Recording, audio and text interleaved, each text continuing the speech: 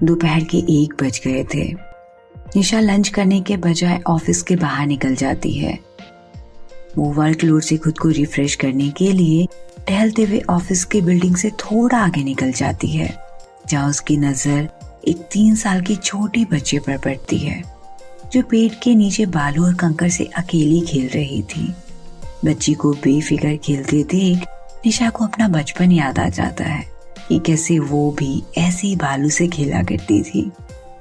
उस वक्त उसे किसी भी तरह की कोई टेंशन नहीं होती थी।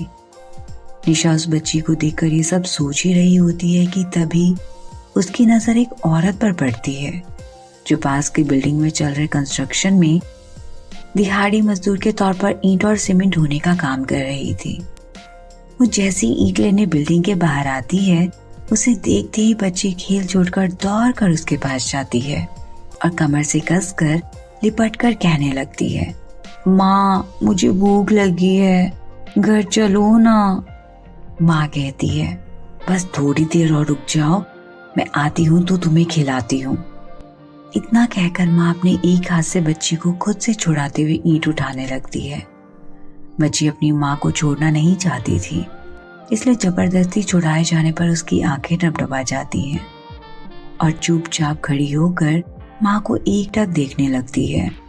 ये सब देखकर निशा को बुरा लगने लगता है और वो बच्ची की माँ से बोल पड़ती है, बच्ची को भूख लगी है, उसे पहले खाना खिला दो, फिर काम कर लेना।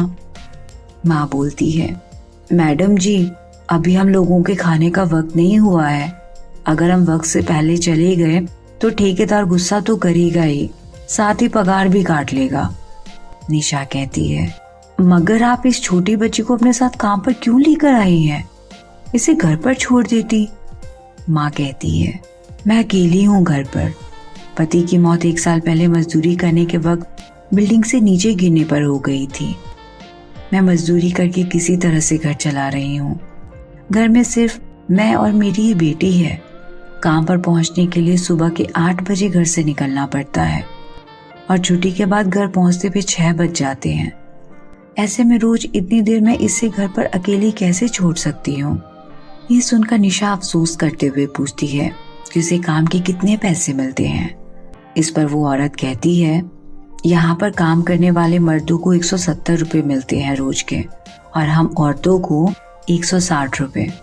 ये सुनकर निशा आश्चर्य से बोल पड़ती है, क्या 160 रुपए?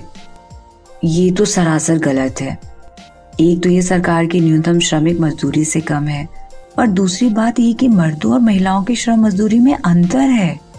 इस पर वो औरत कहती है, हाँ मैडम जी, हम सब तो पढ़े लिखे नहीं हैं, इसलिए ठेकेदार हमारे पगार का कुछ हिस्सा रख लेता है और औरतों मर्दों के मेहनत ताना देने में अंतर करता है। निशा पूछती है, क्या आप सभी श्रमिकों ने इस बात पर विरोध नहीं किया? औरत कहती है, हम क्या कर सकते हैं, रोज कमाने खाने वाले लोग हैं, इन लोगों से कुछ भी पूछो तो डांटते हुए कहते हैं, ज्यादा दिक्कत है तो मत करो काम, तुम जैसे बहुत मिल जाएंगे। अब आप ही बताओ मैडम जी, एक तो मैं अकेली औरत, बिना पढ़ी लिखी, अगर ये काम भी नहीं किया तो फिर घर कैसे चलाऊंगी? और फिर अपनी बेटी को आगे पढ़ाना और शादी भी तो करना है, ये सब कैसे हो पाएगा? निशा को उस औरत की मजबूरी का पूरा एहसास था, इसलिए वो उस औरत से कहती है, ठीक है अभी आप अपना काम करो, मैं बच्ची को खाना खिला देती हूँ। ये सुनकर औरत कहती है, नहीं आप परेशानी मत उठाइए, मैं थोड़ी देर में आकर इसे खिला दूंगी।